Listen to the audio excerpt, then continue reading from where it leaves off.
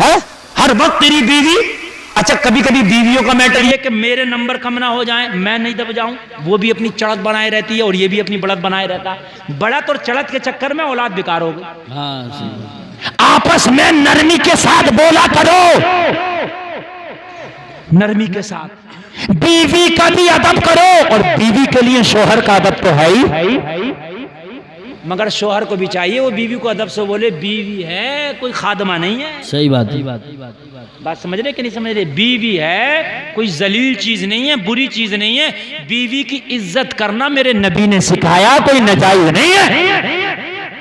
मेरे नबी ने सिखाया बीवी की इज्जत करना। मेरे नबी कितनी बार अम्मी खदीजा की याद में आंसू बहाया करते थे, इसलिए अम्मी आयशा फरमाती थी, या रसूल अल्लाह आप खदीजा को बहुत याद फरमाते हैं। नबी ने फरमाया, आयशा तुमने तो अच्छे दिन देखे हैं, मेरी खदीजा ने वो दिन देखे हैं कि मक्का में सब पत्थर मारते थे, मेरे जिस्म से खून निकलता था, खदीजा मेरे जख्मों पर पट्टी करती थी।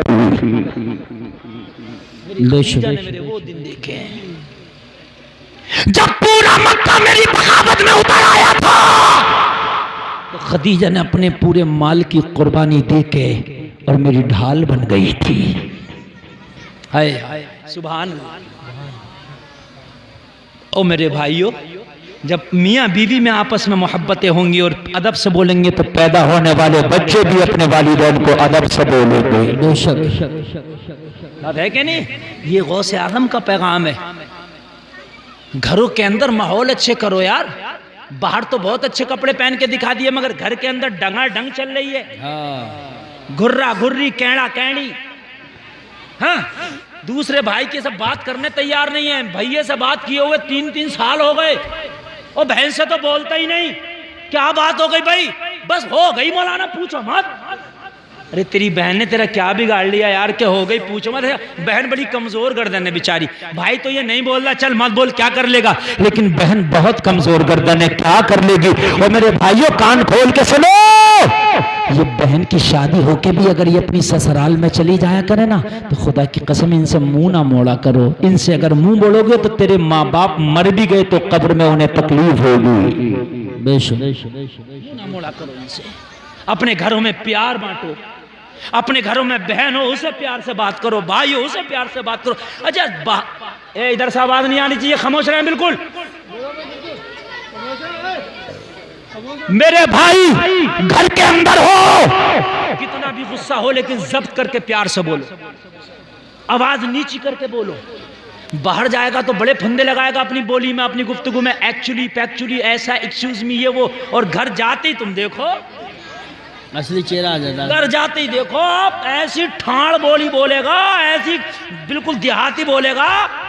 पानी मैंने मंगाया था, कहाँ चली गई, मर गई क्या? बिल्कुल सीधी। बाहर इंग्लिश बोल लिया, और बाहर एक्चुअली फैक्चुअली, एक्सक्यूज मी, ये मी वो मी, समझ रहे हैं? बड़े प्यार से, बड़ी बात है ना। घर में अम्मा ने कह दी बेटे कहाँ गए थे, रात के 12 बजे आए, तो कह रहा तुम ज्यादा बड़ा मत किया करो, पड़ी रहो एक तरफ के लिए हाथ फोड़ के। हाँ, ये मेरे भाई हमारे जुमले हैं। और मेरे भाई घर आया करो, जबान को लगाम दे के प्यार की बोली बोला करो, बच्चों पर इसका असर पड़ता है। बहुत अच्छी असर पड़ता है बच्चों पे इसका।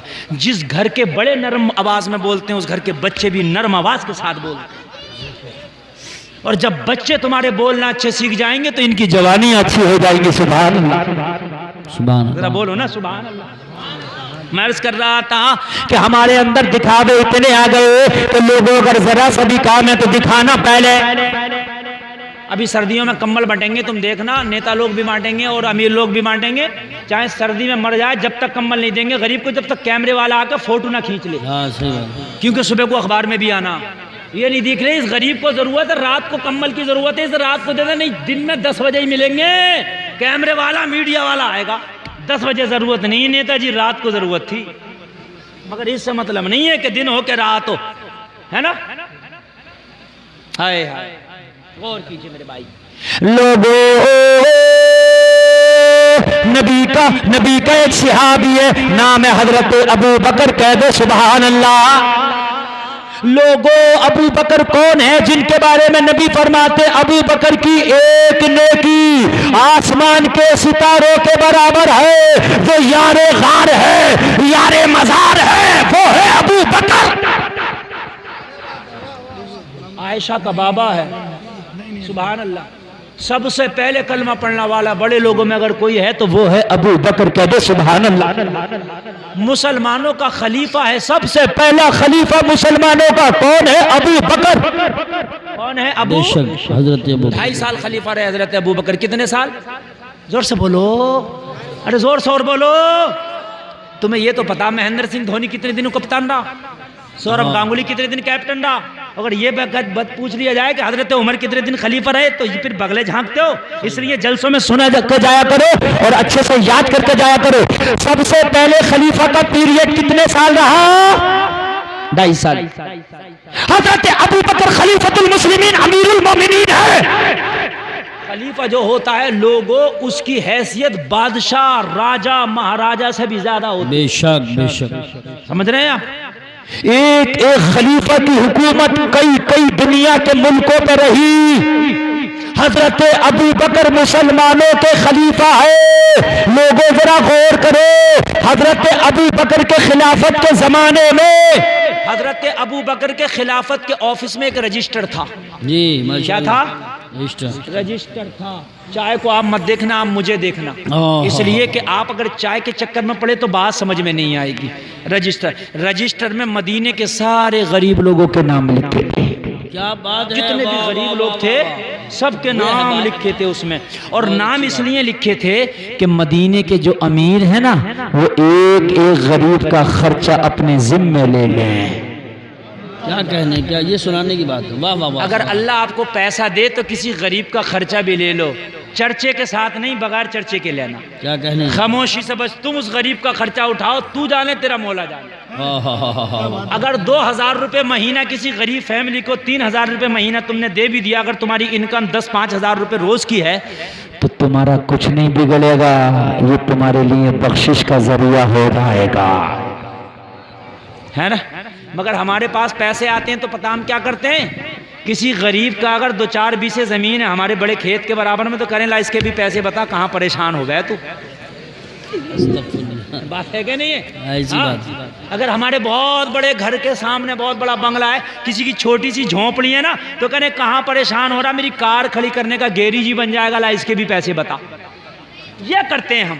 मगर मदीने में रजिस्टर बनाता गरीबों के नाम लिखे थे।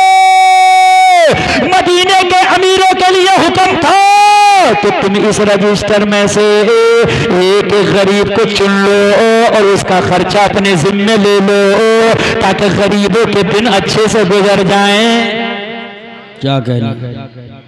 अगर तुम्हारे पास सबसे अच्छा तरीका बता रहा हूं, अगर इनकम अच्छी है और आपकी आमदनी ठीक है तो किसी भी गरीब फैमिली को रिश्तेदारी में हो, खानदान में हो या गांव में हो, बस्ती में हो, लोगों उसको गोद ले लेना, खामोशी से उसका महीना बांध देना, महीने पे उतने पैसे भेजा दिया कर। बहुत अच्छा पैगाम।